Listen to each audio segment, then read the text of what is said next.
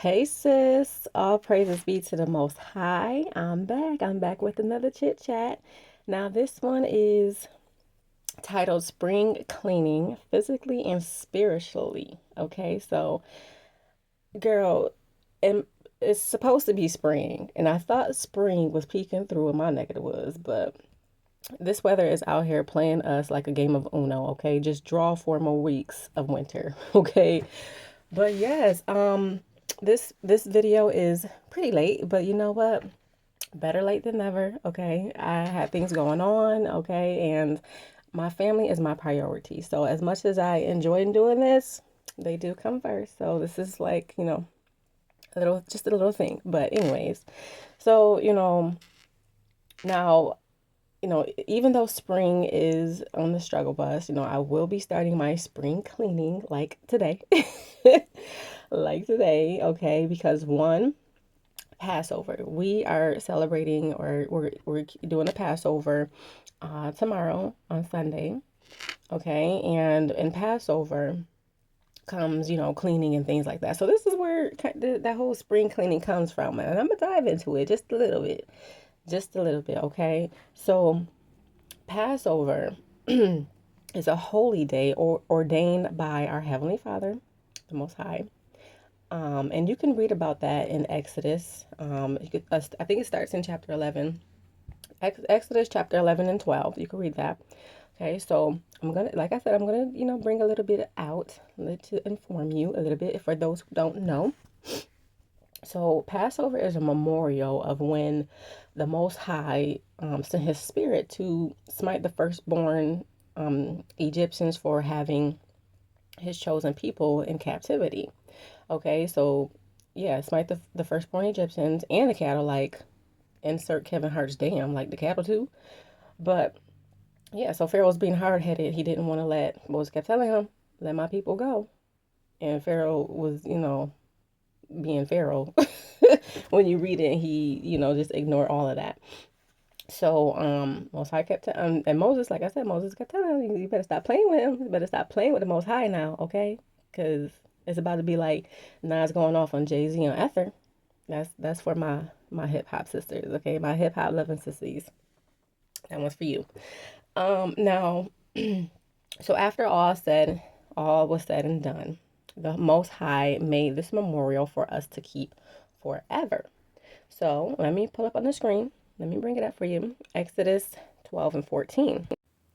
And this day shall be unto you for a memorial, and ye shall keep it a feast to the Lord throughout your generations. Ye shall keep it a feast by ordinance forever. Okay, so now if you believe Christ walked this earth and he gave his life to you, he sacrificed for you, please know that he too celebrated the Passover. And you can find that all over in the New Testament. Okay, the apostles, they keep it, they speak about it. It's mentioned all over through the New Testament.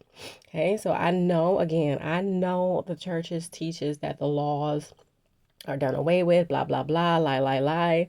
But I'm gonna keep sharing with you Matthew 5 and 17. So go read that, okay? Take that.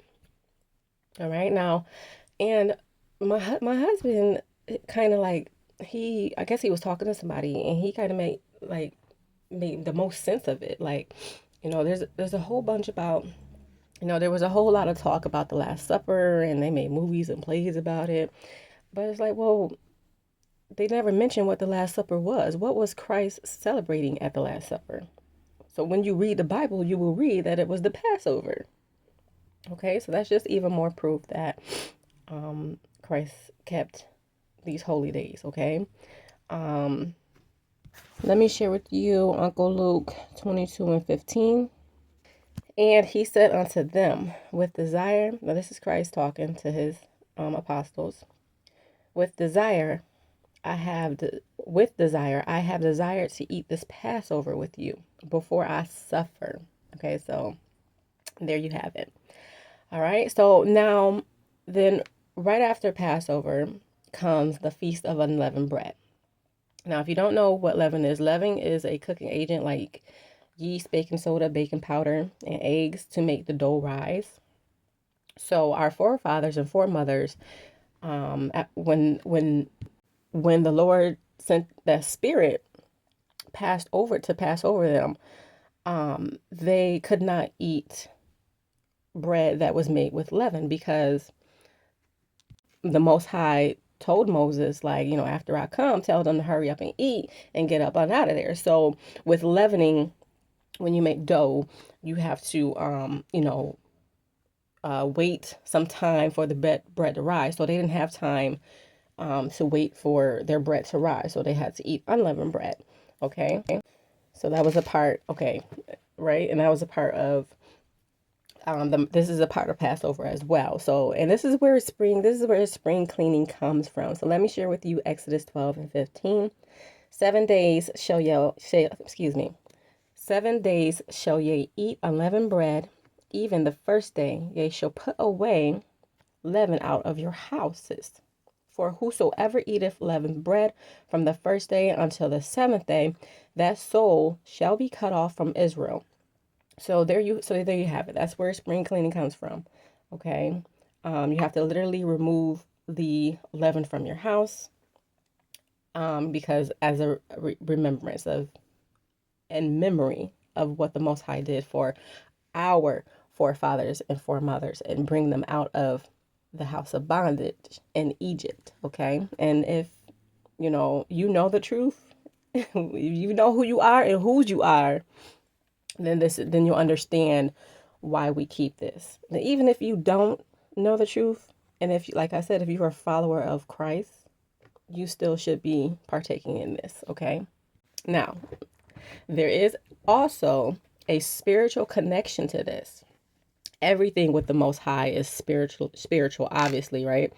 Okay. So not only are we to, clean up our houses and get the physical leaven out, the spiritual thing is this, that we also have to spring clean our spirit. All right. So let me share with you 1 Corinthians 5:7-8 says, "Purge out therefore the old leaven, that ye may be a new lump, as ye are unleavened. For even Christ our Passover is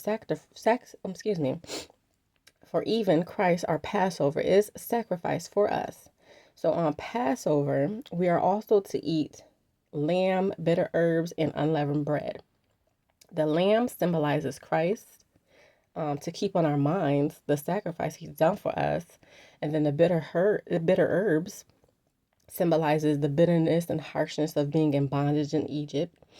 And, we just talked about the unleavened bread. Okay, so this is something that you got to read about and learn about on your own. I'm just, putting a bug in your ear. Okay, so continuing on, verse 8. "Therefore, let us keep the feast, not with old leaven, neither with the leaven of malice," meaning desire to do evil and wickedness, "but with the unleavened bread of sincerity and truth." So this is the spiritual side of it. So, sis, now did this spring cleaning and springtime, now is the time to do a self check. Check yourself. Do a self evaluation on your spirit. What in you is rising in you? What's rising in you? Okay, let me share with you 2 Corinthians 13:5. "Examine yourselves, whether ye be in the faith, prove your own selves. Know ye not your own selves, how that Christ is in you, except ye be reprobates." Okay, so, and I don't mean this in a harsh way, sis, but just hear me out. What wicked things, if any, are rising in you? Now, I'm not calling you wicked. I'm just saying sometimes life and experiences and certain experiences can cause us to lose ourselves, right? We get quick to anger. Sometimes like I said, sometimes experiences and people can deplete our spirit to where we give up on hope and lose our faith when things aren't going right, or we feel our prayers are not being answered. All these things and more can cause us to make us feel some type of way, and put our spirit on a different course. Okay. And if that's the case, then you definitely need to fast and put it off. Okay. Put off that spirit. Um, Colossians 3, 8, and 10. But now, excuse me, I know the King James Version girl be leaving me in tongue twister sometimes. Okay. All right, let me start over. Colossians 3, 8, and 10. But we read the King James Version because, now this is off topic, but anyways, we want to read the King James Version because there are a lot of different versions out there, and they're changing words and just making it sound different, give it a new meaning and things. It's just too much changes has been taking place with the Bible. So you want to read King James, okay? Bear with me. All right, Colossians 3, 8, and 10. But now, yea, also put off these things. So when I said put off that spirit, whatever that's rising over you, these are the things that you need to put off: anger, wrath, malice, blasphemy, filthy communication out of your mouth. It says filthy communication is gossip, going off on people, especially if your husband, if that applies to you, cussing people out, talking about people, sarcasm, being disrespectful. All of these things are filth, meaning wicked. Okay? Verse 9. Lie not one to another, seeing that ye have put off the old man. Now it says man, but I'm just going to say woman because I'm speaking to my sisters, obviously. That's why I'm always like, hey, sis, okay? Lie not one to another, seeing that ye have put off the old woman with her deeds, and have put on a new woman, which is renewed in knowledge. Knowledge meaning the word. So you need to get renewed, which is renewed in knowledge. So meaning the word is going to renew you. Okay, let the word renew you. After the image of him that created him. So it says when people see us, they are supposed to see Christ. Okay, they're supposed to see Christ. We are originally not what this music nowadays tell us we are. You know what I'm saying? This bad B, and I don't need, just whatever is going on in this music. That's not who we are originally. That's not who the Most High or Christ wants us to be. Most High and Christ, excuse me, they are two different people, okay? Or not people, but two different. That's not who they created us to be like. So what's being fed to us, that image of, the attitude, I don't need no man, and what all this other stuff, like in the music, it's in TV shows, it's everywhere. They're trying to feed this to us, and that's not us. We are supposed to be like Christ. Okay, people are supposed to see Christ in us. Okay, so I'll end with this one. Matthew 5 and 16. Let your light so shine before men that they may see your good works and glorify your Father which is in heaven. So your good works, meaning like your deeds, like that light. When I always mention that light, when I say that light is supposed to shine, people are supposed to look at you and see Christ and be like, wow, there is a God. There is a God. Look at her.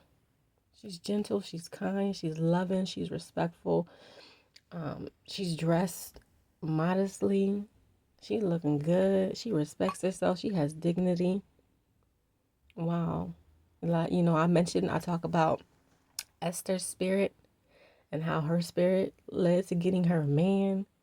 I talked about in my previous videos the fruits of the spirit. I think it was the same video, but the fruits of the spirit. People are supposed to look at us and believe in our God. How we present ourselves, our deeds, how we carry ourselves is supposed to lead people to Christ.